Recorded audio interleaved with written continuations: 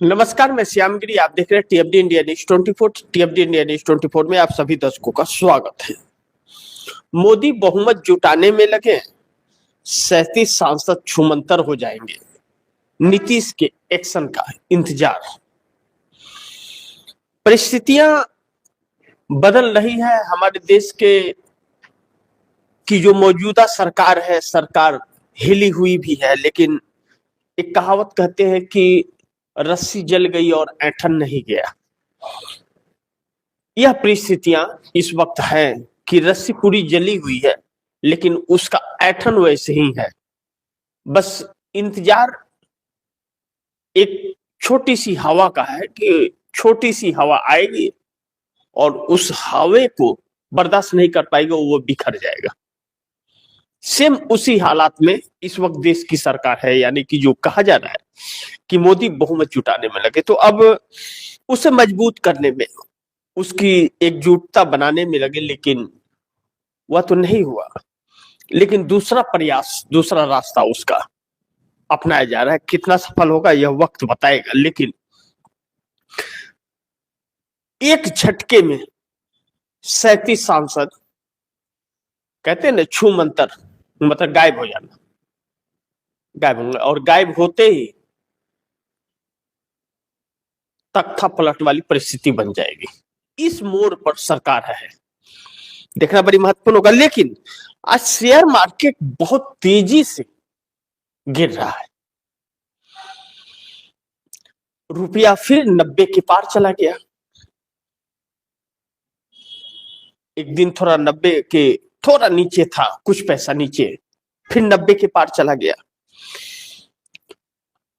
यानी कि परिस्थितियां देश की बड़ी नाजुक है।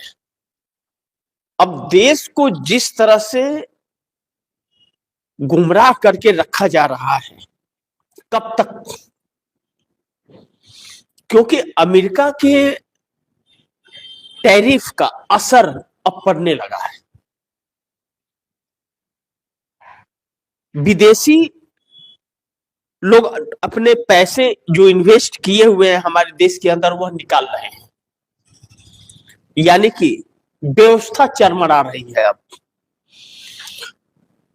LIC हुआ या बैंक हुआ, इन सब से आप डांट डपट करके कब तक पैसा लगवाओगे LIC के अंदर या शेयर मार्केट में? तो LIC के भी 48,000 करोड़ रुपए का हिसाब नहीं मिल रहा है। वित्त मंत्री निर्मला सीतारमण ने जिक्र भी उसका नहीं किया। सवाल उठ गया कि 48,000 करोड़ LIC का कहां है? अब ऐसे में इंडिगो की आज और भी 300 विमानें रद्द हो गई।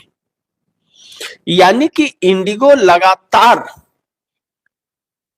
सेवाएं रद्द कर रहा है। यानी कि व्यथा बढ़ी हुई है लोगों की, और जो बाकी की विमानें हैं वह दुगुना, 3 गुना, 4 गुना कीमत असूल रही है जरूरतमंदों से। जो जरूरत है, अब जाना ही है आपको तो जाना ही पड़ेगा, तो वह असूल रही है। लेकिन सरकार इसका कोई भी रास्ता नहीं निकाल रही है। इस बीच राजनीतिक तनाव वह अलग बना हुआ है सरकार का। सरकार का जो कहते हैं कि नेक दिल, वह नहीं, छल कपट वाला दिल है, और उसी छल कपट में चल रही है। तो लोगों को भरमा रही है, कभी वंदे मातरम में तो कभी बाबरी में, इसमें लेकर के जा रही है। लेकिन असलियत यह है कि अंदर से सरकार जिस स्थान पर खड़ी है, उस गद्दी के, उस कुर्सी के चारों पाए 4 दिशा में जा रहे हैं। वह कुर्सी हवा में झूल रही है और वह कुर्सी जाने का डर है। इसलिए उसके पाए को जुटाने की कोशिश की जा रही है कि बहुमत का जो 272 का आंकड़ा है वह हो जाए। लेकिन 37 सांसद अगर इस सरकार से जाने की तैयारी कर रहे हैं, वह किसी एक व्यक्ति के एक्शन की तैयारी में है, तो फिर इस सरकार का बचना नामुमकिन है। और जब बात यहां तक आ जाए कि 1 महीने में कोई महाराष्ट्र से प्रधानमंत्री का चेहरा होगा, तो बौखलाहट तो बढ़नी तय है, इस बात से इनकार नहीं किया जा सकता। और यह चीज प्रधानमंत्री से लेकर के राजनाथ सिंह के चेहरे तक झलक रहा है। राजनाथ सिंह एक सधे हुए और मजे हुए राजनेता कहे जाते हैं। राजनाथ सिंह के अंदर वह झल्लाहट कभी नहीं देखी गई। सूझबूझ एक पढ़े लिखे व्यक्ति कहे जाते हैं कि विपक्ष और पक्ष दोनों से के लिए उनके दिल बहुत अच्छे हैं, अटल बिहारी वाजपेयी के रहे हुए हैं। लेकिन राजनाथ सिंह भी अब तुम तड़ाका पर आ गए हैं, यानी कि उन्हें भी अब लग रहा है कि अब एक बार कुर्सी गई तो अब फिर कुर्सी मिलने वाली नहीं है। यानी कि राजनीतिक कैरियर उसी वक्त तक है जब तक कुर्सी सुरक्षित है, और वह कुर्सी सुरक्षित नहीं हो पा रही है। यह खौफ और डर सता रहा है। ऐसे में मोदी सरकार में बगावत का धुआं उठने लगा, बीजेपी में मचा बौखलाहट। आरएसएस के सामने मजबूरी है कि अब मोदी के अलावा और कुछ रास्ता नहीं है उसके पास। एक तरह से आरएसएस ने सिलेंडर कर दिया है। लेकिन आरएसएस के अंदर कुछ लोग अब भी ऐसे हैं जो संवैधानिक तौर पर सत्ता चाहते हैं, संवैधानिक तौर पर सत्ता चाहते हैं और लोकतांत्रिक तौर पर चुनाव प्रणाली चाहते हैं। अभी भी कुछ लोग हैं, और भाजपा में भी कुछ लोग ऐसे हैं। हर कोई नरेंद्र मोदी और अमित शाह के इन हरकतों से बिल्कुल खुश नहीं है। यानी कि 240 सांसद जो भारतीय जनता पार्टी के हैं, उसमें हर कोई खुश नहीं है।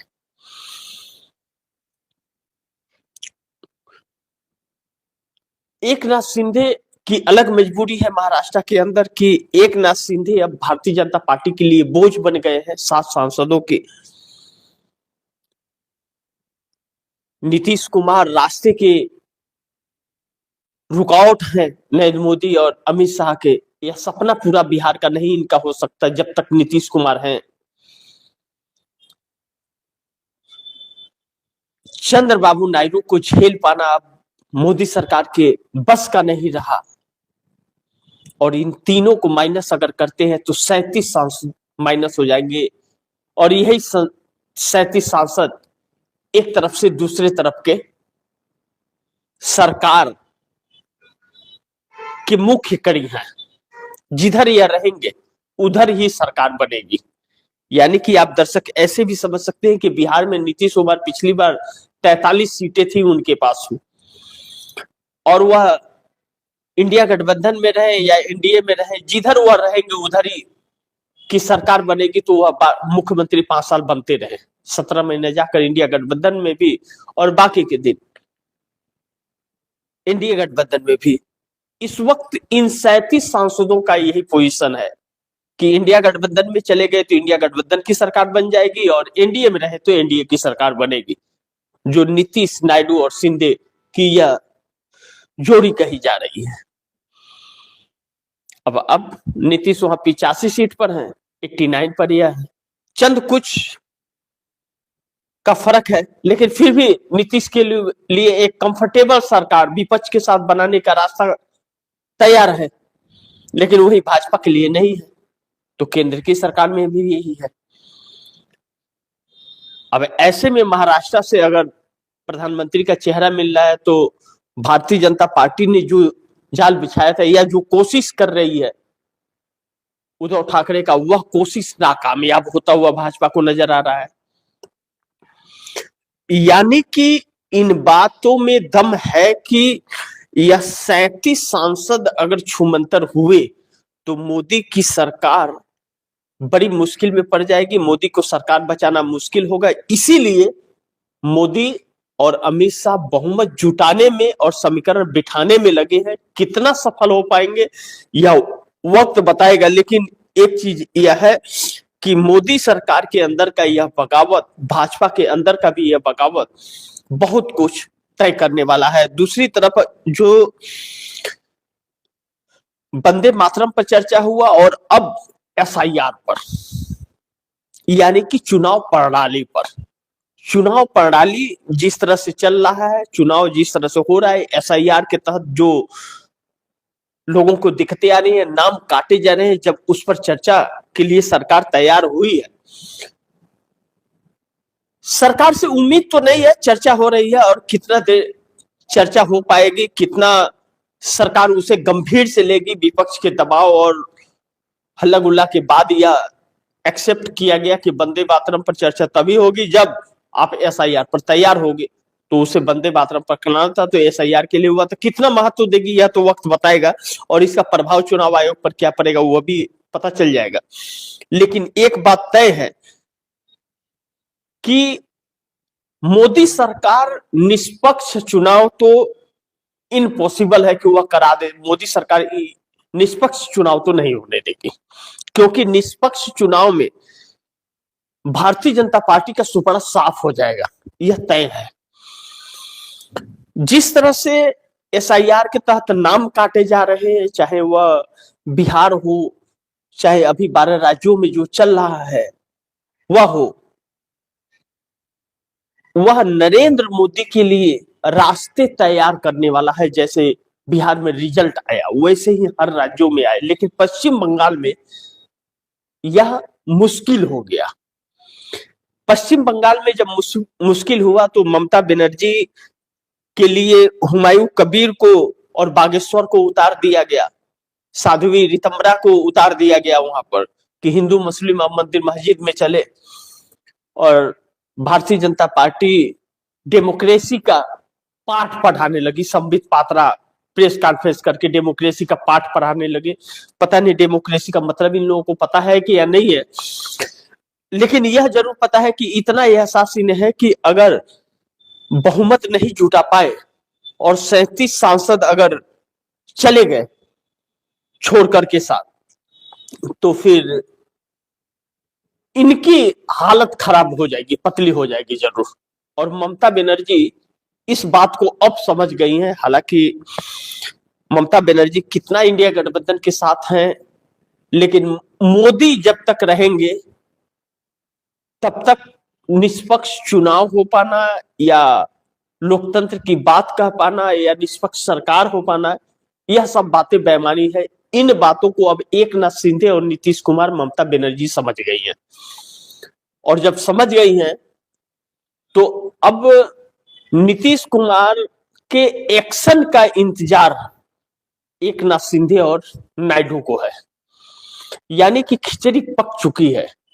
तभी महाराष्ट्र के पूर्व मुख्यमंत्री ने जो बयान दिया पृथ्वीराज चमन ने कि अब 1 महीना के अंदर महाराष्ट्र से प्रधानमंत्री का चेहरा प्रधानमंत्री बनेगा, यानी कि महाराष्ट्र का कोई व्यक्ति तो सीधा एकदम शरद पवार के ऊपर यह निशाना जाकर के लगता है कि शरद पवार ही वह शख्स है जिसके चेहरे पर किसी को आपत्ति नहीं होगी। अब मोदी सरकार बहुमत को के आंकड़े को जुटाने निकली है, लेकिन बहुमत तो यही 543 सांसद हैं और इन्हीं 543 में निकालना है। और एनडीए के अंदर 293 है, भारतीय जनता पार्टी के 240 को लेकर के, तो 293 है और बाकी टूट नहीं रहे हैं। और आपके ही 293 में अगर 37 टूटने की कगार पर है, तब तो फिर आप बहुमत कहां से जुटाएंगे? तोड़ना तो उन्हीं 543 में से पड़ेगा, और आपके बहुमत के आंकड़े 293 है, उसी में से जा रहे हैं। यानी कि हर हाल में आने वाले वक्त में सरकार बचने वाली नहीं है। इसके लिए एक बात कहना बड़ी जरूरी है कि यह सरकार कहीं न कहीं मध्यवर्ती चुनाव में जाने की भरपूर तैयारी में है। और मध्यवर्ती चुनाव की परिस्थिति अगर देश के अंदर आ गई, यह सरकार मध्यवर्ती चुनाव में चली गई, फिर इस देश के लिए बड़ी मुश्किलें पैदा हो जाएगी। मध्यवर्ती चुनाव में जाने का मतलब है कि 400 के पार मोदी सरकार।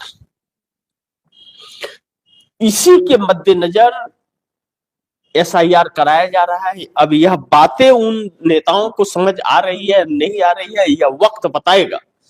लेकिन अब तानाशाही को अगर रोकना है तो मध्यवर्ती चुनाव से भी सरकार को रोकना पड़ेगा। सरकार गिराने की कवायद रचनी पड़ेगी। जो इस वक्त 37 सांसदों का जो बगावत छिड़ा है, जंग छिड़ा है इस वक्त इस सरकार के अंदर, बगावत का जो धुआं उठ रहा है मोदी सरकार में, यही रोक सकता है, अन्यथा और कोई रास्ता नहीं है। हालांकि सरकार गिराने और सरकार नई बनाने की परिस्थितियां बीच में आई थी, लेकिन इंडिया गठबंधन ने वह मौका गंवा दिया। इंडिया गठबंधन के लोगों ने वह मौका गंवा दिया।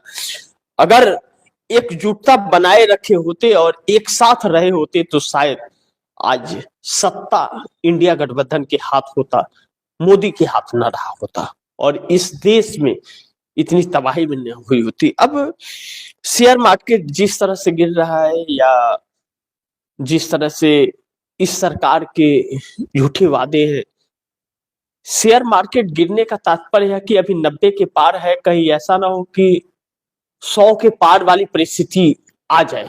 और अगर 100 के पार की परिस्थिति आ गई तो आप समझ लीजिएगा कि आपके बच्चे अगर बाहर जा रहे हैं पढ़ने के लिए, वह भी बड़ी मुश्किलों में पड़ जाएंगे और यह देश मुश्किलों में पड़ जाएगा, क्योंकि 205 लाख करोड़ से ज्यादा का कर्ज इस देश के ऊपर जो है, कहा यह जाता है कि 240 लाख करोड़ के आसपास का कर्ज है और वह डॉलर में चुकाना पड़ेगा।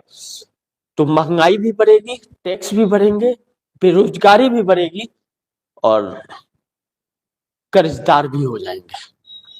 यानी कि जीविका चला पाना बड़ी मुश्किल होगा। मोदी ने बहुत पीछे ढकेल दिया है इस देश को, इस बात से इनकार नहीं कर सकते। और अब शायद सद्बुद्धि आई है नीतीश नायडू शिंदे को, अब भी है वह परिस्थितियां बन रही है कि सरकार बदल सकती है। इन लोगों को भगवान सद्बुद्धि देता हुआ नजर आ रहा है, लेकिन उद्धव ठाकरे क्या करने वाले हैं और यह 37 सांसदों का फैसला कब आता है इस पर नजर बनी रहेगी। कहा जा रहा है कि नीतीश कुमार के एक्शन का इंतजार है, देखते हैं, इंतजार करते हैं जो भी हो। लेकिन आप दर्शकों से गुजारिश करूंगा इस खबर को ज्यादा से ज्यादा शेयर कीजिए, अपने दोस्तों को भी कहिए आगे शेयर करें। आपने अगर चैनल को सब्सक्राइब नहीं किया, सब्सक्राइब कर लीजिए, अपने दोस्तों को भी कहिएगा चैनल को सब्सक्राइब करें।